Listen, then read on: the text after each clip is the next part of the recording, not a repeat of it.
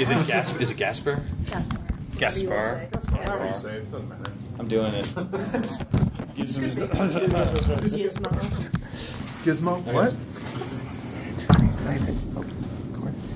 You good? Yes.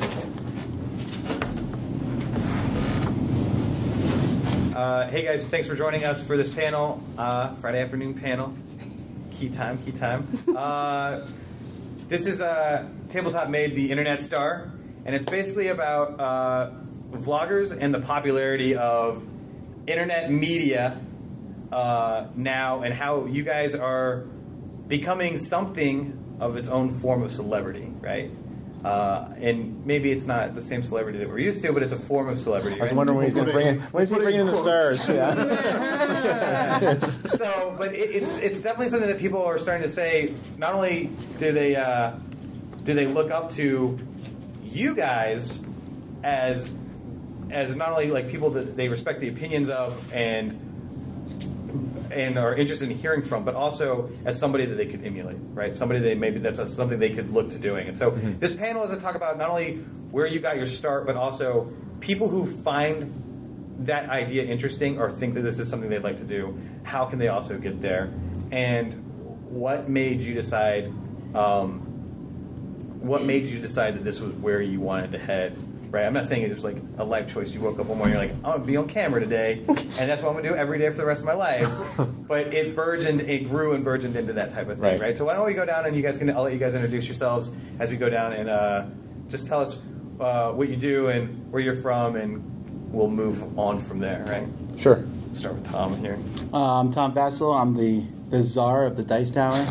Well, I'm getting tired of saying president, so I'm picking some new title.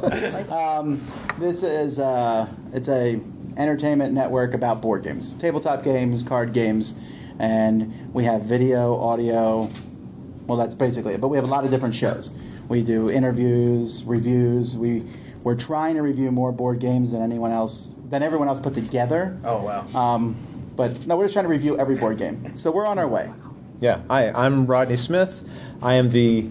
Would you say you were the czar? Yes. I'm the king. I'm the king of Watch It Played. I run a series that will teach you how to play a game, and then we'll play through the game as well, so you can see how the rules work, and hopefully if you have any questions, they get sorted out that way. And we also invite the viewers to participate in the gameplay as well. That's our main thing. I'm Ayleen Gaspar. I'm not any sort of royalty. I am only the host and producer of Toy Break, and we cover all sorts of toys, news, and reviews, which also includes, of course, things like Zombicide and Rivet Wars, and we love games, and we have some new programming coming out. We're specifically dedicated towards gaming, so that's where I'm from. I'm George. I'm the other half of that. So let's start with Tom. We'll just move down the line. Sure. So Tom, let me ask you this. Basically, I know you started writing, right? Is that correct? I did, yes. Yeah. And so from that, when did you decide that you were going to start moving into audio and video? I started audio because there was a bunch of equipment laying around, and I thought I was getting a little tired of writing because it's not the writing. The writing's not so hard, it's the editing. Yeah. And I like to talk a lot. I was a teacher and / preacher, so I figured, hey, I'll use all this audio equipment around. And the podcasting was fairly new at the time. And I think my camera's about to turn off. And I was saying, with my you were using equipment, I think you said. No, but think about this equipment you use. To get audio, once I started doing it, at first my thoughts were audio, and then later on video was, wow, it's so much easier. I just record it, throw it up, and I'm done. I didn't have to edit. I didn't have to do anything. Nowadays, I look back at the editing unwritten and think how easy that was compared to video editing now. Because once you start doing it, editing is a big chunk of it. But I just like to talk, and I can express my stuff fairly quickly. And when I write, I think very much slower. So I got a big kick out of that. And as time has gone by, audio and video the audience for those has way eclipsed anything in print. It's just the way it is.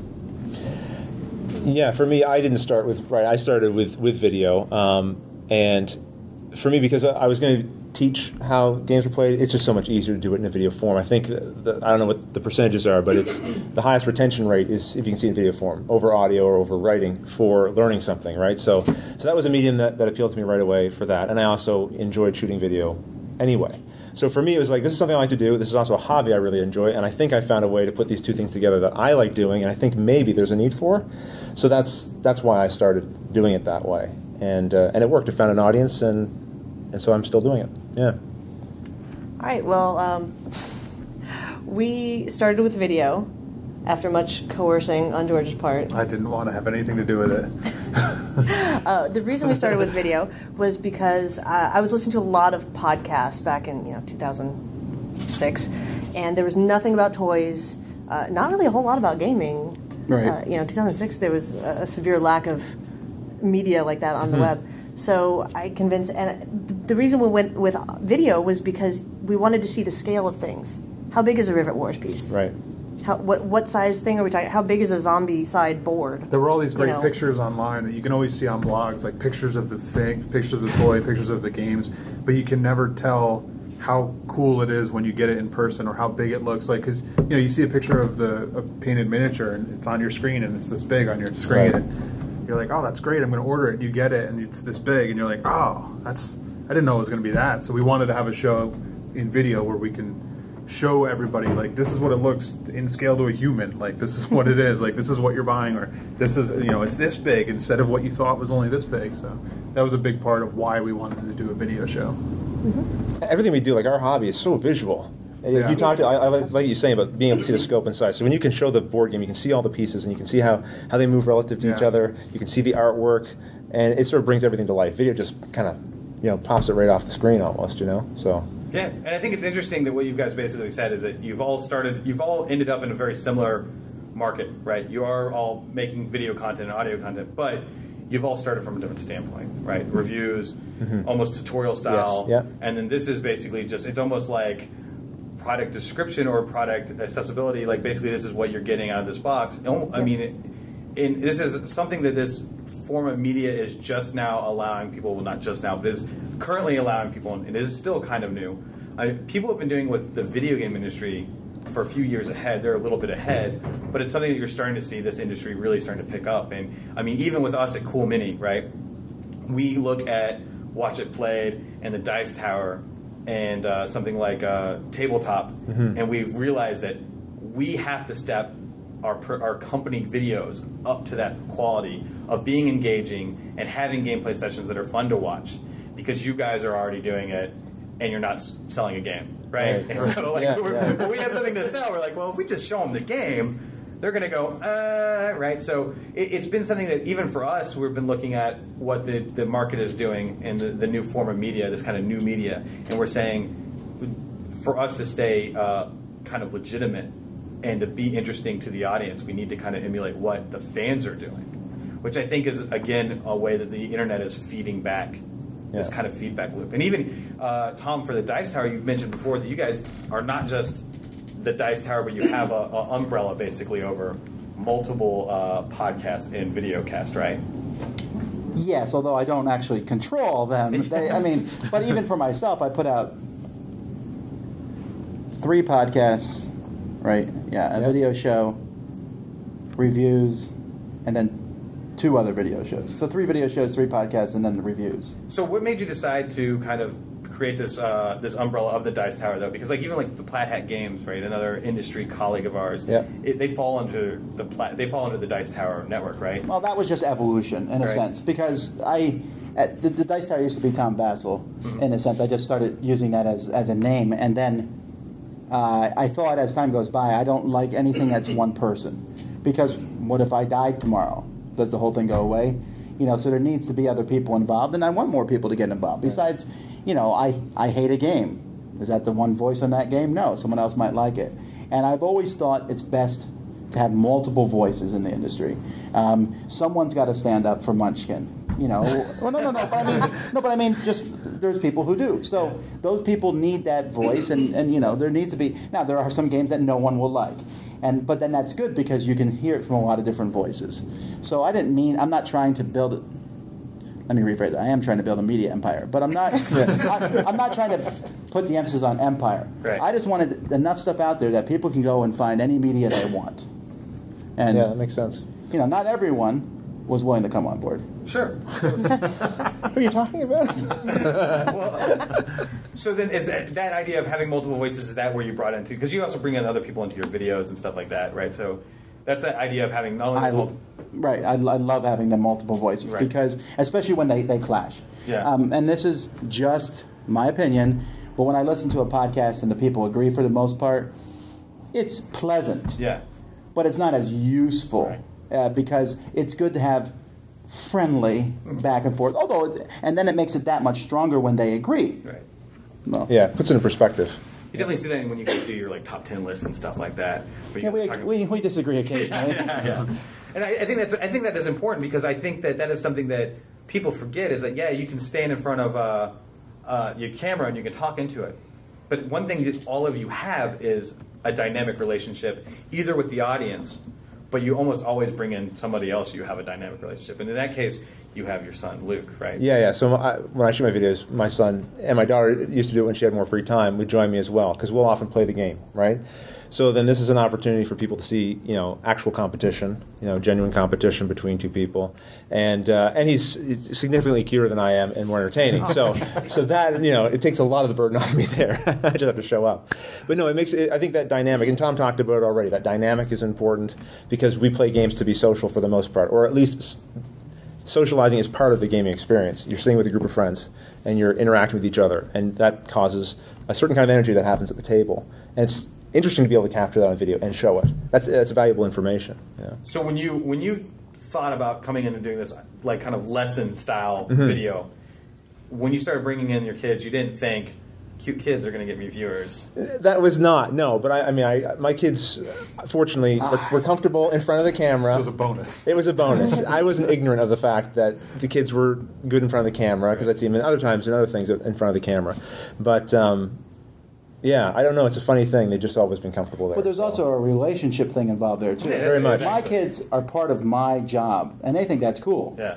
And lets them be there, and they get excited to see themselves on video, and their friends are like jealous, and that it's fun for them. But that's one of those things too. I think when you involve your children, you do have to decide. If Luke was like, "Dad, I don't want to do this today," okay, so Right. This is my thing. I created this thing. I'm doing this. If Luke's ever like, "Dad, I don't really want to," because I want him to enjoy the hobby. Sure. That's the biggest thing for me. I want him to walk away and look back on those years watch it played, and go, "That was really fun. We had a good time together. Isn't that cool that we created something?" He says to me today, he says, I want to watch it play when I grow up. Yeah, he says that. And you've said the same thing. Your kids have talked about that too. A couple, right? but see, you only see a couple of my kids because not all of them want to be on the videos. Right. Yeah. Yeah. You're like, you're gonna have to take me out first. Like, I'd love that. I would love for him to be that enthusiastic about it to want to do it. That'd be awesome. To think he'd even last that long would be pretty crazy. Yeah. So before I move on to you guys, you mentioned. And then you kind of touched on it with Luke, kind of dissenting voices or like conflict, right? Mm-hmm. Have you guys ever had a game where like you've actually liked it and you've wanted to do something with it, and Luke has been like, no, or the opposite, right? Because I know Luke, I'm his dad, so that helps, But I have a sense of what he likes and doesn't like. If I can kind of filter that, but then we'll sit down and play a game together. And we have played a game where I thought this would be fun for the show, and I can just tell he's not feeling it. In that case, there's hundreds and hundreds of games. I'll just go to a different one. It's never been a problem that way. But that's something I'd be very sensitive because shooting video is effort. It's time. Yeah. Time. And there's some retakes. There's some all that sort of stuff. And Luke's a kid. I don't want to put him through that. I'm fine doing it, but I want him to be enjoying himself. Yeah. So if we do have to spend some more time on it, he's fine. Yeah. And I bring that up because you guys are married. So you're probably fighting all the time about what you're covering, right? That's in the outtakes. Do we fight about what we cover? No, I mean, most of the time, it's like you were saying, it's good if we don't all like the same thing. So, like, George doesn't like anything. She'll bring on toys that I just don't even care anything about, and you could clearly tell we're watching the video. Or we have one of our other partner comes in, Ben, and he always brings over, like, one of our biggest ones is our Comic-Con recap after Comic-Con, and we kind of each show what we all bought. So, we tend to buy a lot of the same things. Obviously, we're married and live in the same space. Not really get a lot of plush. That's true. But then Ben comes with his haul that he got, and it's all stuff that neither of us would have ever bought. So we get another voice on the show to be able to show things that sometimes we didn't even see at the show. And not even just CMONcon, same on Kickstarter. We have a lot of stuff from Kickstarter, like games and toys and other things, and we'll back something, and then Ben comes in with something we didn't even see. Right. There were some bombshell miniatures on there recently, like didn't even see those, but luckily Ben backed it, so he can bring those in. So it's really nice to have a group of friends and colleagues that you can, involve, much like you were saying, and draw other opinions from. And we have a really great community of artists and friends that we've been coercing into doing Toy Break with us. So. And they're kind of like children to us.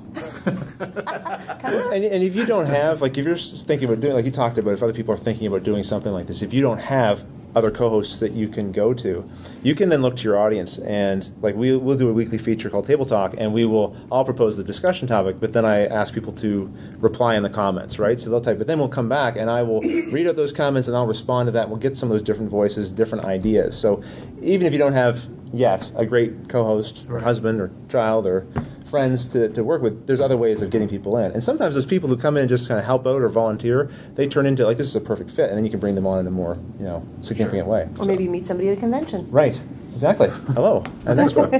Yeah, I mean, that's very interesting. And I think the other thing is that as your audience grows, I think you're also more likely to find, even locally, I mean, that's the thing about the age we live in now, right, is that you're doing things in this kind of space now where you'll be surprised how close people are when they see, even when you're using something that you think is touching so people on a global level, right? So let's talk about, we've talked about basically how you got started and then some of where you are all here now because you've all reached a certain level of success, right? I mean, that's why I invited you on. I'm not on this panel, right? Wow, we check that out. Yeah. We have now succeeded. Yes. I knew it. What were some of the growing pains that stick out in your mind from the day of inception in your mind? Like, I'm going to do this. We're going to start trying to do this, and then to where you are now. What are some of the hurdles and growing pains? We can just move down, I guess, as we've been doing. So many. Well, for me, the biggest thing I think was that time frame between where I decided to do it full time and wasn't doing it full time, because the time slots just got bigger and bigger. The biggest hurdle was when I decided to start editing. I was kind of editing, throwing it up and putting an intro or something on it, but when you actually start working and trying to make it better, that is a ton of work. And you got to decide whether you're going to edit a lot and produce a little, or produce a lot and edit less. And the edit it was overwhelming. But you get better at it and faster at it, but still, that was tough. And I had to come to the point where I said, okay, look, I'm just spending too much time on this. What am I going to do here? And that there's that in-between time of working a full-time job and then coming home working another full-time job, and one of them has to go. So I kept doing the videos. Yeah, I would echo very similar to what Tom said, the time taken editing, producing the show, especially since I think none of us have a staff of people necessarily to run around and help us. So it's for me, it's a one-person job, shooting, editing, and all that sort of thing, right? So that's a lot of work. I think the other thing is, if you're trying to do it seriously and you want this to be something you're doing full-time, you do have to develop relationships with publishers. You have to find the audience. And that takes time, because publishers have lots of people trying to get their attention. Hey, I've got a video show. Listen to me or work with me, right? So that's a hurdle, gaining that legitimacy, people knowing, oh, you're going to be around for a while. You're not just sort of here and then gone in a month or two, right? So those relationships take time. I think that's a hurdle too. Definitely. You can't just start a show and a week later expect to be getting sample copies of whatever games or toys or things that you want. So many hurdles. Did you guys actually know how to edit before you started your shows, if you don't mind me asking? No. Video editing? Well, maybe. Yeah, I did, yeah. You did? Yeah. Okay. So I was comfortable with the software. I'm with you, because we didn't know anything about editing until we started it. Please don't watch episode 1 of our show. Terrible. Hurdles. I think one of the biggest ones is the equipment. Yeah, that's what I was. We started out with a cheap little webcam. And I mean, 2006 there was not HD.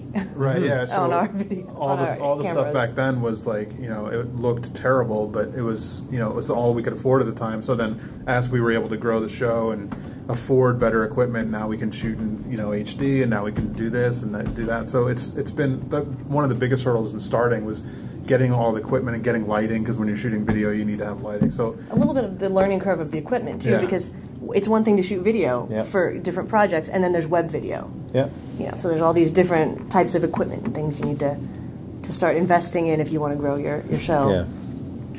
Do you think that, like, when do you think, because I have this in my head, being outside looking in, I have this idea of when I would assume you guys would see yourself as the mark of, like I'm going to use the word success again, but like we're almost the paradigm changes, right? Like you're saying, we were working for Cool Mini, we have people ask for product all the time. Right. Hey, I have this show and I would love for your product to be on my show. To me, and from my standpoint, I would assume for you guys where things change, where you know you've got something that you're succeeding, is when you're no longer asking for things, but then the publishers are coming to you and saying, "Oh, we have this thing we'd like for you to look at or talk about," right?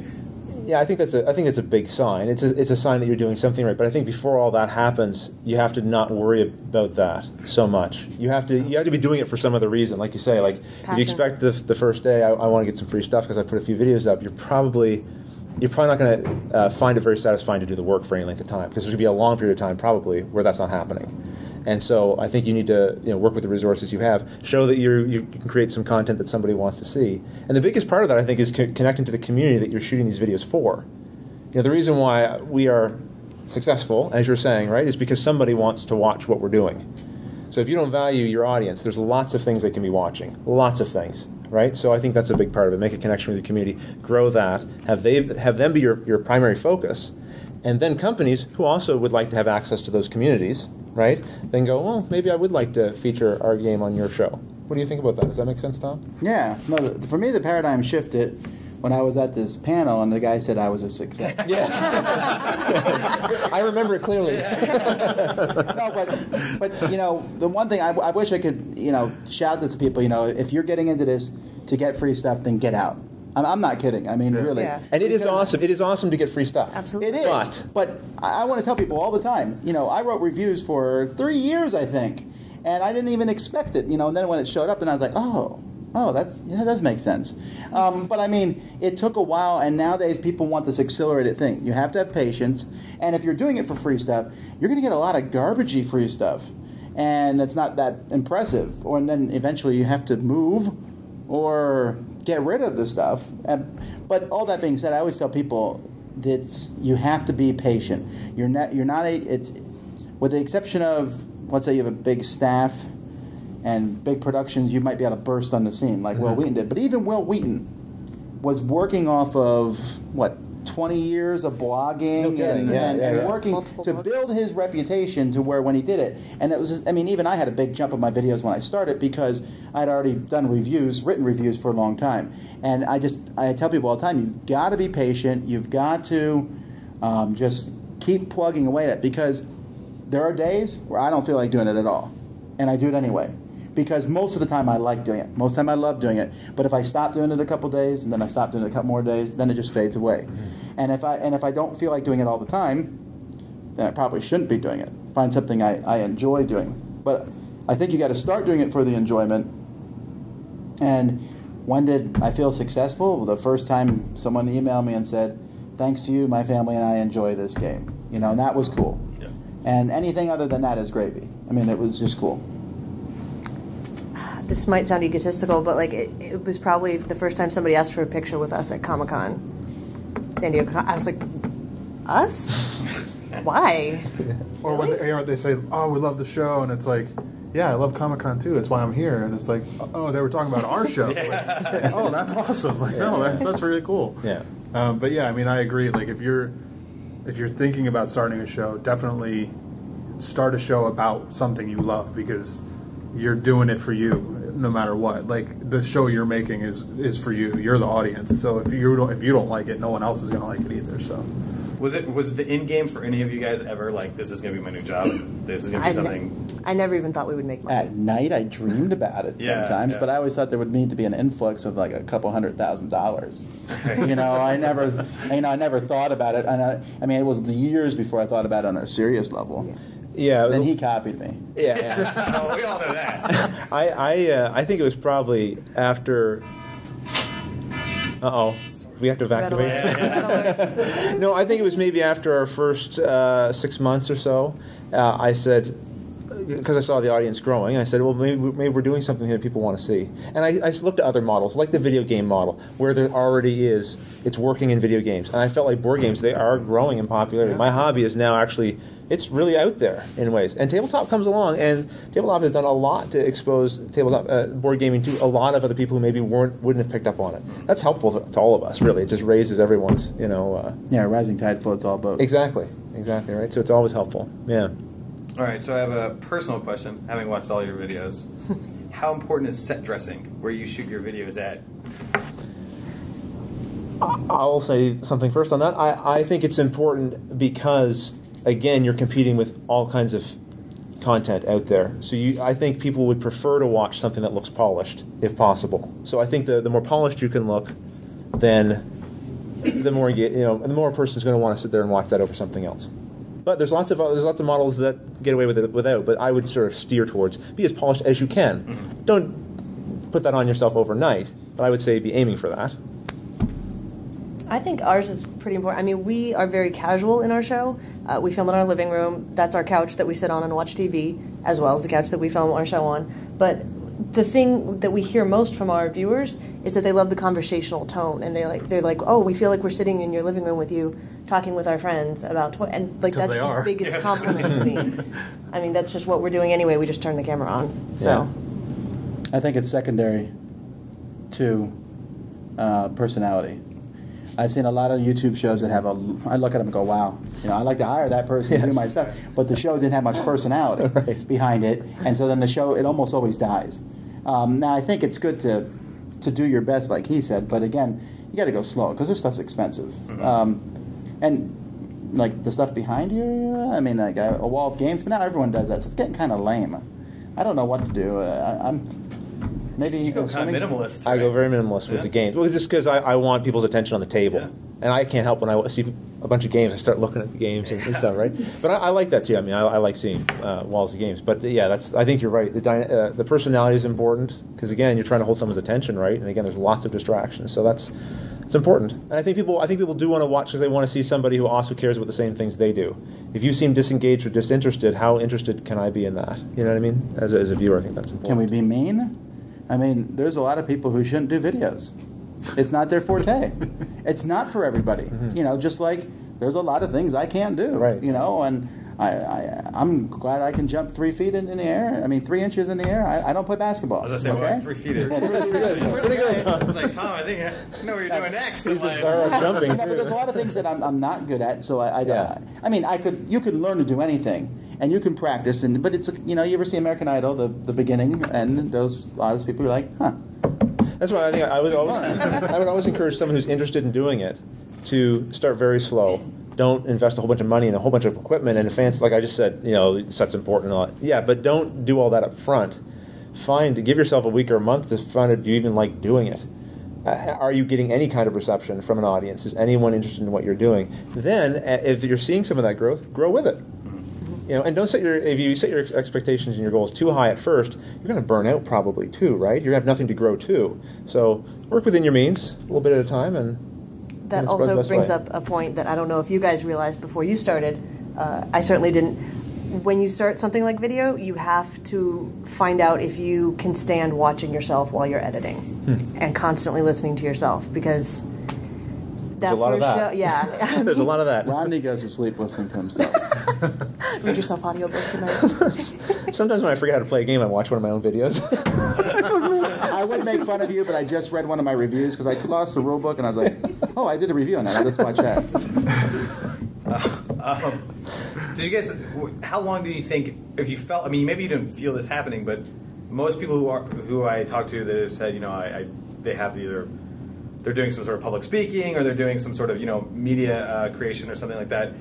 The amount of time, or how long when do you think you start finding your voice? Right?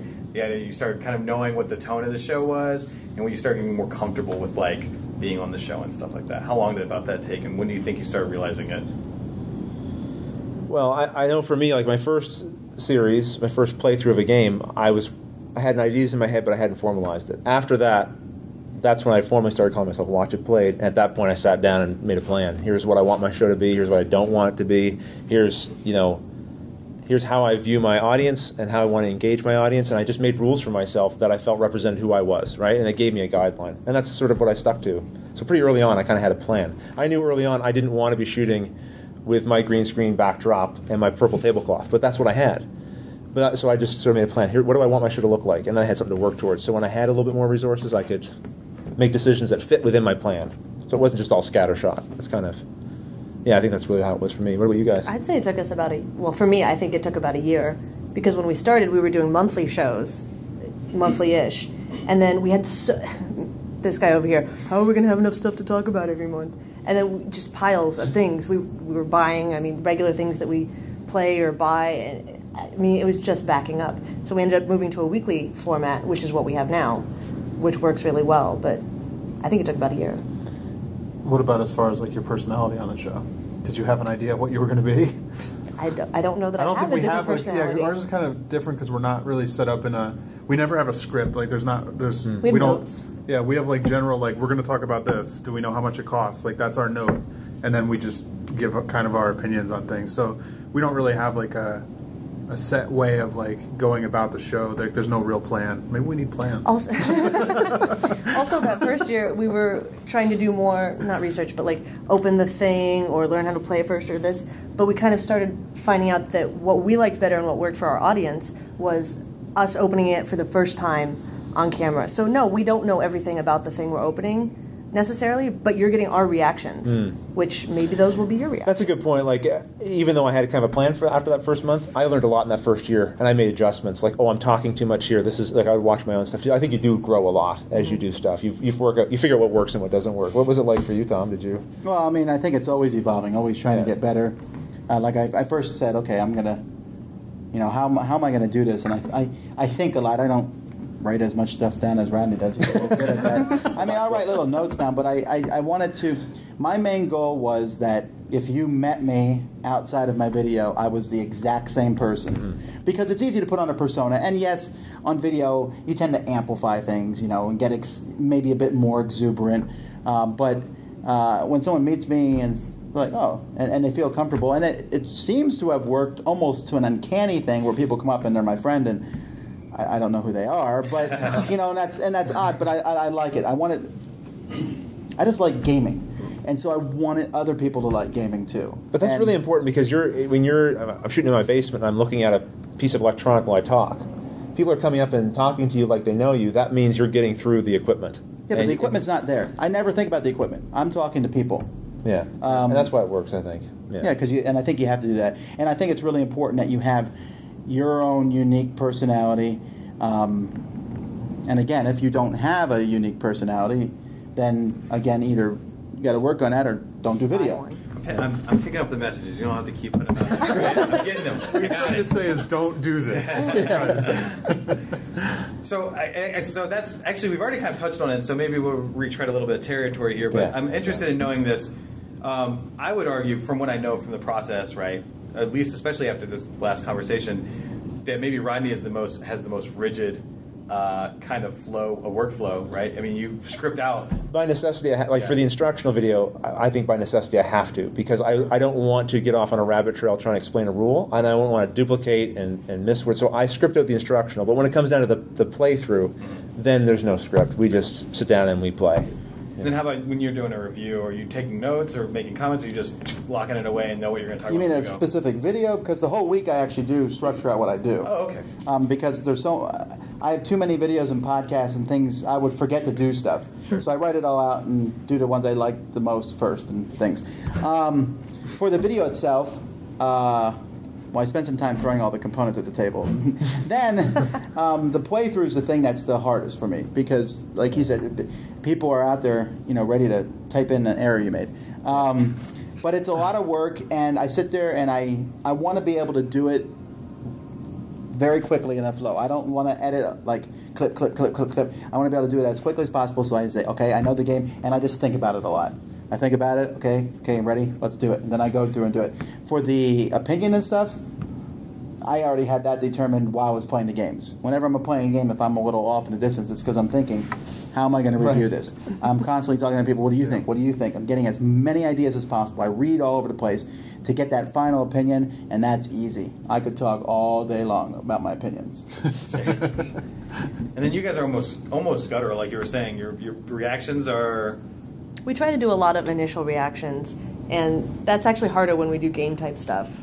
Yeah, I mean, if we were going to be doing something where you need to know the instructions and stuff, I think we'd have to research it first. Like, you can't just open a game and like know what you're doing. So luckily for us, we don't have too much of that where it matters. But you're also fighting that time challenge, like you were talking about. Like, you don't want an hour-long video of you playing a game. I mean, sometimes you do. Yeah. That's cool, but you need the short bits, because let's face it, it's the internet. People. Shorter is always better. Yeah, exactly. Always. And we get a lot of stuff and that's wrong. hard. It's hard to cut things down. Yeah. As I'm sure you guys know. Yep. No, it's true. So, I mean, yeah, one thing that we keep hearing now when we talk about the effect of new media on marketing, but not only on society in general, is that you went from the MTV generation, right, to the YouTube generation, and now we're moving into the Vines generation, right, where, like, Seconds. people have seconds that's what you got, right? And so it's following that. What do you guys think? I mean, again, this is clearly projection, but what do you think is the future of this type of media that you're doing? Like, where is it trending towards? I don't know. It's important to pay attention to where it's trending. I don't know. I don't feel like I have a good handle on where it's going. I think shorter is better as a general rule, but I think it depends sort of on what you're doing as well. For example, if you're doing a video where you're going to teach a game, there's just no shortcut. It takes a certain amount of time to teach the game. So if the person doesn't have an attention span for them, my content's not going to work. So I just don't even try to get the person who's only interested in watching the video for 5 minutes. That's not my audience. I don't know about you guys. What? I think diversity is key for that, because we have 3 shows a week. We're about to launch 2 more, so then we will have 5 shows a week on top of the extra content that we put up. So we have one longer show, like 45 minutes to an hour and a half, and then shorter, 3 to 10 minute shows. And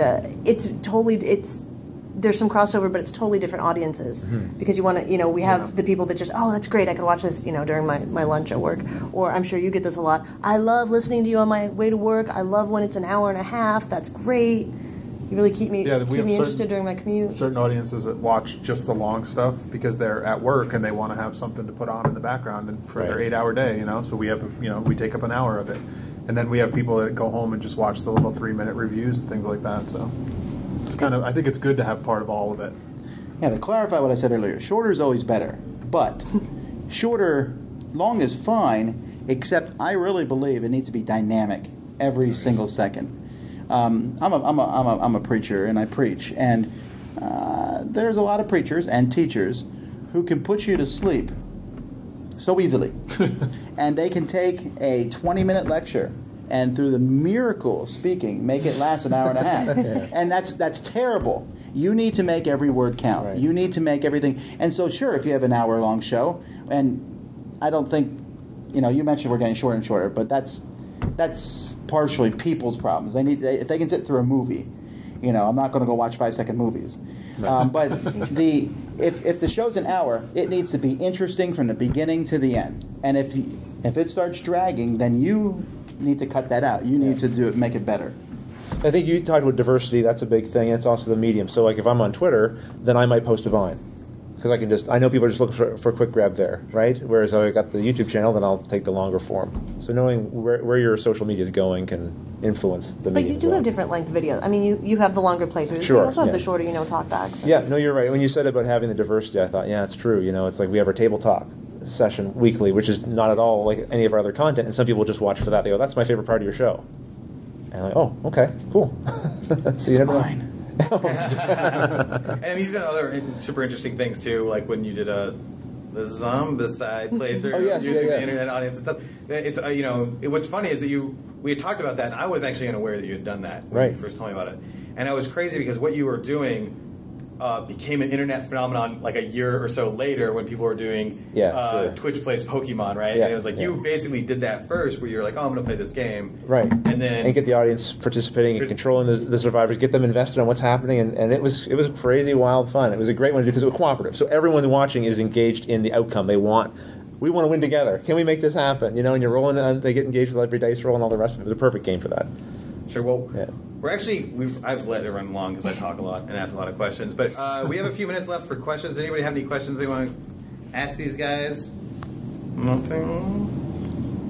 Think about it. I would say to people, if you're sitting there going, I might be interested in doing something like this, because you talked about that, right? I said, We give advice? probably most people, I think, if you're here, if you're interested, I don't know, how many here teach the games in their group? Does anyone here do that, right? Are you the one who buys the games? You get your friends? So you're already a good part of the way there, because that's about it. You have an internal motor, you love the hobby, you want to share it with people, you get excited when you share it with the people. That's what this is. We're sharing, right? It's constantly sharing stuff. And I get a great deal of satisfaction out of that part of it. And when someone writes back and goes, thanks for teaching me this, or thanks for, right, that's very rewarding, Absolutely. right? So that's a big part of it. If you've already got that in you, then video is just a medium to get that out. You know, and then there's lots of other things. Is it the right medium for you, et cetera? That can be answered later, but that's still something you may intrinsically already sort of be poised for, I think. You got a piece of advice? Well, yeah. Well, I mean, when you get into it, I think it's really important that you be unique and that you be interesting and do something on your own. And Rodney has said this, I think, or you guys, I don't remember who said it, but it was about doing stuff that you like. I've changed things over the years in the videos, and I'll start a video thing and I get a kick out of it. Like, for example, I started doing the component drop. I did it because I had a slow motion feature on my camera, and I was like, hey, let's try this out and see what happens. And he takes all the components of the game and just dumps them, and so you see them all. Okay, and you know, I got feedback. People like, what are you doing? You know, I think I could drop a baby and they would have less of a problem. Yeah, so, but you know, I did that and I liked it. I didn't care what anyone else thought. I thought it was funny, and now that's mine. No one else wants to do it because it's so much work to pick them up. But I mean, but it's mine. Yeah. And so there's different people who do their videos, and Ronnie and I were talking about this the other day. The ones that have their own unique thing that they do are the ones that succeed. And I know I was earlier said, you know, don't get into it, you know, if you're not interesting, blah, blah. And I mean that kind of sort of, but at the same time, I don't think you should get into anything half-heartedly. I never do. You jump into it. Now, if it's not for you, then jump back out. Yeah. But I mean, let's try it. You know, success doesn't just get handed to you. Yeah. You gotta work hard, and you know, maybe we won't want to do videos in 10, 20 years. But for now, I'm really still having a lot of fun doing it. Yeah. Okay. Question? So I do video myself and game playing videos and such. So I'm curious of how long it takes you guys to put together an hour-long video. How many hours of work does it take you?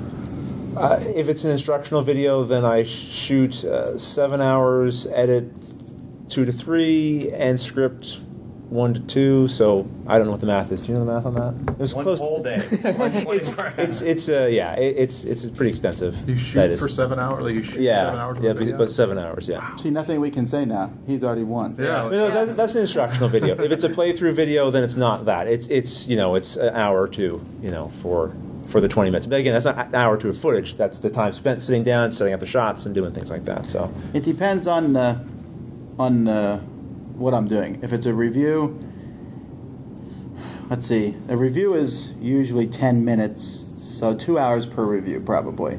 For my hour-long show, like a top 10, that takes 6 hours, maybe 7. For Board Game Breakfast, which is a 30-minute show, that takes 4 or 5 hours. Probably depends on the game too, right? Like if it's an easier game, it's a little shorter. If it's a more complex game, it might take longer. Is that true? It's not a complex game. I'm just going to say, this game's complex. Read the rules. And go on. That could speed up your time, right? No, that's right. That's good. There are a lot of times I have games and I'm sitting there going, oh man, I don't want to have to explain this. You know, it's just a lot of work. But so go to Watch It Played. Yeah, and then come back and do the review. Yeah, that's right. But I mean, if I can, there's a lot of things that people don't think about too. When you do the video, okay, so there's the recording. You use the camera, and you need lighting and all that. And that's what people think about. But then there's editing, and with editing, you probably want to put an intro and outro. And so, how do you have that? Do you have it in a thing, and then you have to export it, which is a pain in the neck to figure out how to do that properly, and then upload it. But when you upload it, then you need to make sure the YouTube correct thing is done, and you need to make sure there's a thumbnail there. And are you going to add it to playlists? And if you're going to put in tags for it, if you're doing audio, you know, what are all the different tags in that? And did you put the right thing up? Because someone will immediately contact you and tell you if you didn't. Is it showing up on different devices? Someone just cursed in your comments. How are you going to deal with that? And I mean, there's so much going on. And then multiply that times 7,000, and it's a full-time job. Yeah. and photos and lower thirds and Right, and- crap you Yeah. want to do, and People- it doesn't. People always say, like, why don't you put more pictures in your video? Because that's murdersome. It's so much work to hard. put one picture in a video. It Yeah, seems true. easy, but it's a lot of work. Not to mention, then you have to, can I use this picture? Right. Can I use this music? Music is a pain in the butt because the music, you, Kevin you can't MacLeod. use most of it. Yeah. Yes, that's true. Thankfully, there's some good royalty-free stuff, but you never know, right? You have to read the fine print. Yeah. You guys talked about intros, and we'll get through it, I promise. But talk about intros, and I actually, once you mentioned it, maybe it kind of interests me. How did you come up with your everyone's own intro to their show? Like, Oh gosh, our first. We've had three or Four intros? four different intros now. The first one we just Kevin you MacLeod do. music. Yeah, she just figured out what to do and kind of. Then made we had some stuff friends fit. offer to write jingles for us, and then my cousin wrote the current one that we have, which is kind of like a heavy metal version of our old song. And then a guy in England, right? The editor in Yes. England, they made the video to go along with the song. So it was like We have fans send us stuff, and we're like, oh, that looks we great. like to use we like to It's part of the utilize the community. community, and if somebody has the ability to do something and they want to get their name out there, we'll definitely yeah, sure, we'll say your name for making our video. That's amazing because it's something we can't if it's something we can't do. We don't write music. Right. Luckily her cousin does, so that was it worked out. He made a tune for us, and it's awesome. So that's how we've kind of developed it, and just if there's someone in the community that can do certain things, we'd love to involve them in our show more. Yeah, I think that's the same for I was us, gonna- too. yeah. It's the community that really does Yeah, it. cool. If you don't have a community yet, though, I just discovered a new site that I'm loving. It's Fiverr, Fiverr.com. They do stuff for $5. So for $10, you can get someone to do an intro and someone to do an outro, and you're good. Yeah. And it's Yeah. fantastic. It looks good. Yeah. I'm very impressed. Yeah, and that's the same. Community involvement, people volunteering. And speaking of community, I know we all do, a lot of things outside of our shows to encourage people, not just to watch the shows, but just to participate in the community. We have, forums, very active forums that we have Yeah. people on, which is actually where we met Ted Terranova, which is awesome. And we do a show called CMONcon, which is a convention in Southern California. And you have something in the works for next year. What are you thinking of? The Minicon? Oh, yeah, sorry. I did talk on my show about running my own little mini convention in my local area, and we've decided to postpone it until next But that's year. a great way to that's right. to connect So with bringing the people community. together that way. And the reason why we postponed it is because when I said, hey, maybe we'll do that this year, I got more responses than I was expecting. I was like, oh, okay, this is going to be bigger than what I can plan for in a short period of time. So it's a good problem to have. it's a good problem to have, but again, yeah, that's the meaningfulness of this community that is interested in what you're doing. It's amazing. Yeah. Yeah. And then one last question. I promise, because actually it's been churning in my head. We all like love to talk, right? right? Yeah, complaining. How thick of skin did you have to get after the comments first started coming? Right, not the good comments. I don't care about those comments, right? Because everybody. We even with us, we're doing. Guys, you're excited for this game, right? Even with us? Even we get. We get why you guys get dumped on, but we're not so much personalities as you are, Yeah. and we're not. Literally, when we make our videos, we're showing you this cool game, and then they're like, "Well, why are the guys showing me the game so dumb?" And you're like, "Oh, right, we forgot that. We didn't realize we were what you were paying attention to, right?" So, I think you need a suit like Iron Man, thick Yeah. skin, basically. It can be tough. We've been talking a lot about this Yeah. lately. For me, I said there's two things. That one is numbers. You look there and there'll be 10 comments and one will be negative, and you'll be like, oh, and you'll concentrate on that. You got to realize, look at all those people who liked it, and those downloads keep coming. And I have a few people who comment negatively on every review I do.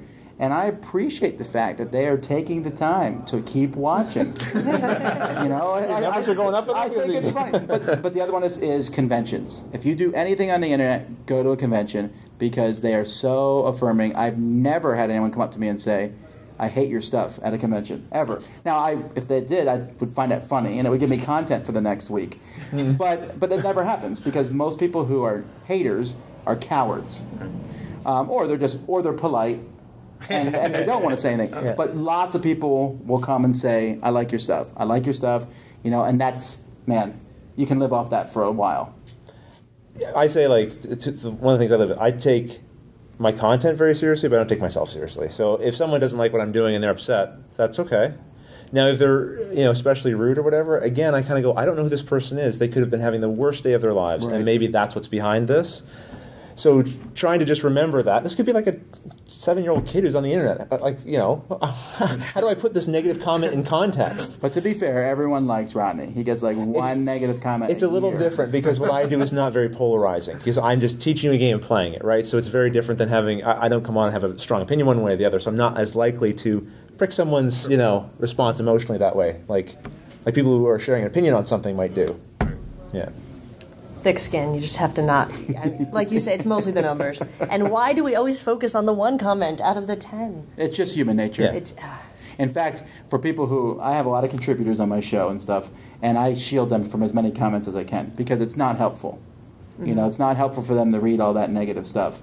You want them to read as much positive. The internet is a hotbed. But I will say this. That being said, the internet is a hotbed of negativity, and anyone who says that they are their own worst critic has never used the internet. But so if you say that in a resume, you're lying. But that being said, I don't know the toy community very well, but the board game community is the nicest community I've ever seen. And yes, sometimes they can be jerks, but for the most part, I mean, we've been lauding the video game community for being ahead of us with all this technology, but we kick their butts when it comes to community. Wow. I'm glad I don't do videos on video games. Yeah. Because they get one positive for every 10 negatives sometimes. Right. So it's a great community. I agree. Yeah. I think that's going to be it, especially since I think we're running close to our lap over time. So is there any final thoughts or anything like that anybody wants to share? I would encourage people, if you're interested in doing something like this, give it a shot, because you may find that you have a talent for it and you really enjoy it. And if you like the hobby, it's just another way to engage it, right? It's another way to get connected and have some part in it. So I think it's something worth trying for sure. I completely agree. And you're going to find that you learn so many more, you learn so many new things, and you discover so many games that maybe you never knew existed because you're turned on to them by your viewers or publishers or whoever, whatever, that community that we're building. And do a lot of research. Just go out and look at other videos, see what other people are doing. I love research. I never research anything. But yeah, just go out and look at what other people are doing and see, just one, so you're not copying somebody exactly, and two, so that you can see what they're doing, so you can kind of have an idea of what you want to do too. Mm-hmm. Yeah. And have fun. Have fun. Yeah. I mean, we're not doing politics. We're not doing about toys. Tough debates. We're talking about fun stuff. Yeah. And if you have fun doing it, it will be a great time. Yeah. Awesome. Well, thank you guys very much. Well, thanks for having us. Thank you. Thank you. Thanks, guys. Excellent.